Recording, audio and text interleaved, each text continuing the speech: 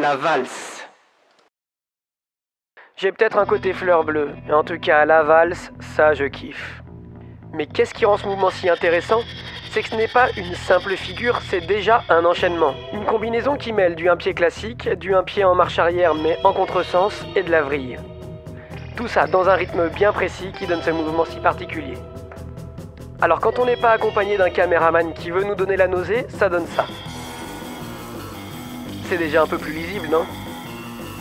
Donc comme vous le voyez, il s'agit tout simplement, c'est une façon de parler, mais il s'agit tout simplement d'une succession de demi-tours sur un pied et placés dans une rotation.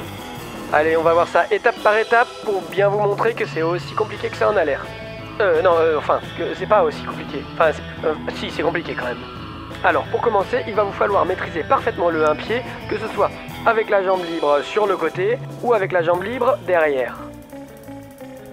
Ensuite, vous allez devoir apprendre à faire du un pied en contresens. Vous allez voir, c'est assez subtil et vous allez devoir laisser la roue se plaquer de tout son poids contre votre tibia.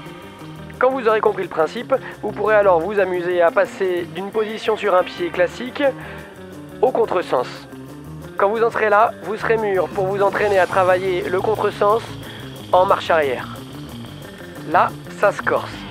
Comme vous pouvez le voir, je laisse la roue se plaquer de tout son poids contre mon tibia, et comme je suis en marche arrière et en cercle, j'ouvre légèrement les épaules vers l'extérieur pour accompagner la rotation. Vous maîtrisez tout ça? Alors on enchaîne. Position en un pied classique en marche avant en cercle, ma jambe libre est devant et grâce à un mouvement circulaire, je fais mon premier demi-tour. J'arrive sur un pied en marche arrière avec la jambe libre derrière. Quand le premier demi-tour est dans la poche, on va essayer de refaire la même chose, mais en maintenant la position en contresens en marche arrière. Pour finir, on va voir comment on engage le deuxième demi-tour. Celui-là.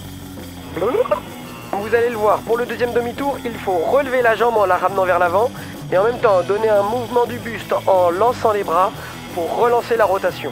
Là, je lance les bras en relevant la jambe. Là, ici. Là, je lance les bras en ramenant la jambe.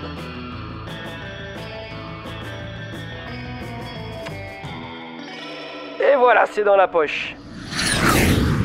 Ça vous a plu? Alors abonnez-vous pour ne rater aucun épisode des tutos de la semaine. La semaine prochaine, la marche croisée.